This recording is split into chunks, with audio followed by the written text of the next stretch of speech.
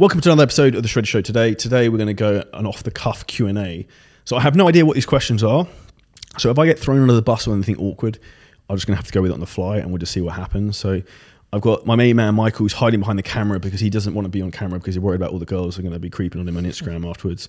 I have to put his Instagram in the show notes so everyone can DM him.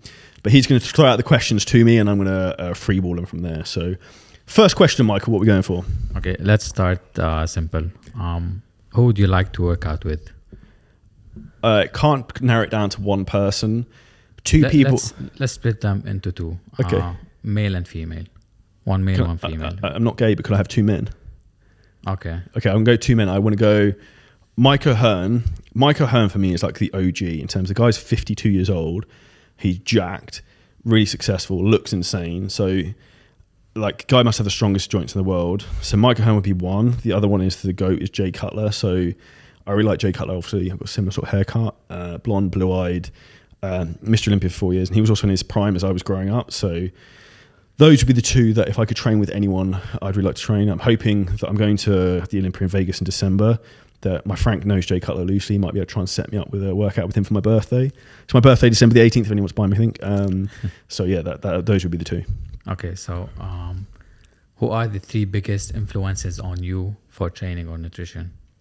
The biggest three influences for training and nutrition, I would say, firstly, I'd have to credit Jordan Peters, who was coached by me for 18 months, 2 years. And I know who I was coached by, for 18 months, 2 years, who had a huge influence on a lot of people within British bodybuilding. So I'd say he would be one. His approach in terms of putting carbohydrates around the workouts and just how he structured food and training is basically still what I do now. The second person I would credit for that afterwards would be Dr. Dean, who I worked with after Jordan for 3 years.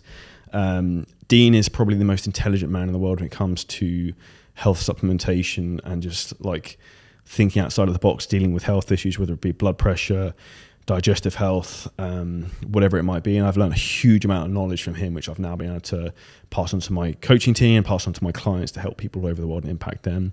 And I'd say lastly, in terms of actual like practical training in the gym, Nick Gloff has helped me a lot in my training program over the last 2 years. So I'd say he's been instrumental, alongside shout out to Eric Seifert from Toronto in Canada, who I managed to train with 5-6 times earlier this year, who taught me some absolutely game-changing techniques and cues, which have allowed me to improve my physique without trashing my joints more. As you mentioned before about the Dubai Pro Show, okay, and you being not patient and all of that, how do you deal with mental health while on prep, and how do you keep yourself sane? I was going to say the answer to that is badly, but I would say that I find keeping myself sane, I keep myself very busy, which is probably why I'm not very patient. So, for example, I almost get stressed if I've got nothing to do in some respects, because I've got a very active mind, so my brain tends to go off in different tangents. So, particularly if you're like in a dieting phase and you know you're going to be really hungry, what I actually like to do is make myself super busy with calls. Like if I'm on Zoom calls for like 5-6 hours, I can't really get up and just be eating all the time or like wandering around looking for protein bars in my apartment. So for me, a really good tip for anyone like within prep is having your week really structured and organized, so you know exactly where you need to be, what you need to be doing and who you need to be doing it with, and then making sure you give yourself time around what you're doing so you can eat your meals effectively, and that way you don't get too stressed. And if possible, try and prioritize sleep. But as I mentioned in a previous podcast episode, that's one of the things I really struggle with. During really heavy dieting phases, my sleep becomes very disrupted and I can't sleep necessarily all the way through the night. Like pros and cons on while you're being on prep. Do you think, would you consider doing the Romanian show, or would you consider not doing? So if I'm entirely honest, I can't be asked to do the next show because I know that I am... The pros is less than the cons, I think. Yeah, I'm too small. I know I'm too small. I know I need to go in a growth phase and I'm a bit over dieting. But I'm at the point where it's 2-3 weeks and I have that... I spoke to Charlie about this earlier. Like, I'm beyond giving a shit about food anymore. Like, I'm so used to just being hungry all the time that it's just like that becomes normal. And when you get to that point, you just don't really care. Like, I don't really get, like, my favorite thing outside of the gym and work is like going out for food, which I haven't been able to do. And because I haven't done it now for so long, I don't really miss it as much. You sort of get accustomed to that and your lifestyle changes. But the fact I've already booked flights and accommodation to go to Romania, I'm obviously going to do the show, and it's only 2-3 weeks away. And I have that mindset that if I say I'm going to do something, I'm going to go and do it. Whereas I see a lot of people, like, they start a prep 6 weeks out, they pull out because like, oh, I'm too small, or whatever reason, other bullshit they come up with.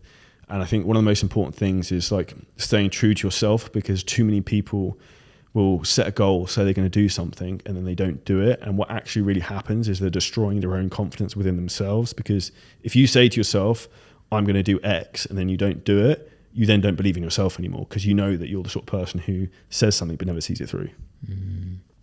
Nice. Obviously, you're crushing it in business. What tips would you give guys who just started their own business? Best tips I'd give for anyone starting their own business is, one, it's going to be a roller coaster. The bigger your business gets, the bigger the highs, the bigger the lows are. The roller coaster will get more aggressive. So that'd be one thing I would expect.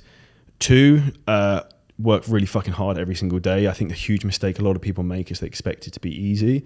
And it's not meant to be easy. And the reason it's not easy is why not many people can do it. And not everyone's necessarily supposed to be an entrepreneur, because it's almost been glamorized now by a lot of people that you need to be the main man. But if you think about it, if you're number 2 at Facebook when that started, you were very successful. If you're number 2 at Microsoft when that started, you were very successful. You don't have to be the front man and be the main man. There's a lot to be said about being number 2 and not having to deal with all the bullshit. The main thing I would say for anyone listening to this who wants to start their own business and they want to be successful is modeling. So go to someone who's done exactly what you want to do, pay them to help you. That is how you learn and acquire skills and move forward very quickly. And you also eliminate the pain of making huge amounts of mistakes.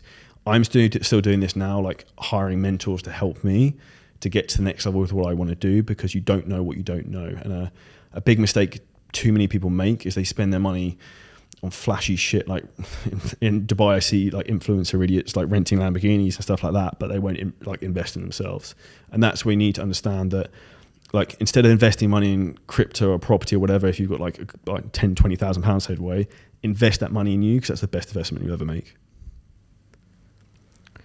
How do you usually multiply, let's say, from 10K a month to 100K? So you're looking to do a Grant Cardone 10X. So what I would suggest, the difference from you having a business that makes 10K a month to 100K a month, with pretty much any business, you can hustle your way to make 10 to 20K a month.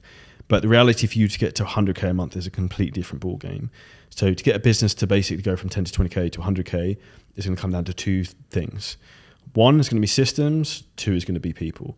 So you're going to need to build a team, and you need to implement systems to make sure everything is scalable. Now, one of the big mistakes a lot of people make is that when they're trying to grow a business, they make things too complex. Now, with scale comes complexity. So if you, for example, have a fitness business and you were going to try and you sign up 1 client a day and you're doing everything manually, that's not a big issue. If you're suddenly signing up 10 clients a day, that's now scaling and becoming complicated, and a lot of things can start going wrong and falling through the cracks. So my advice to anyone in terms of you going from a 10K business to a 100K business is going to be building systems and teams, and then also making sure you have the right guidance and advice along the way, so you know how to actually build the infrastructure correctly at the start as it scales up. Because one of the worst things you can do is build a business on rocky foundations with the wrong systems and structure at the beginning. Okay, nice.